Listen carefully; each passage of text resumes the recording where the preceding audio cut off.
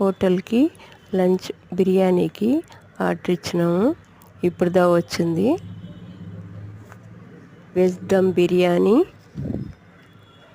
Onion raita ఇచ్చినాడు, Bombay masala soda ఇచ్చినారు. దమ్ బిర్యానీ చూడండి సూపర్గా ఉంది. రైతా కూడా ఇచ్చినారు. మసాలా సోడా అయినా కానీ 2 రోజులకు ఒకసారి మామూలు వెజ్ తిన్నా బిర్యానీ తినేవాళ్ళు మాత్రం ఖచ్చితంగా 3వ రోజు బిర్యానీ తినాల్సిందే.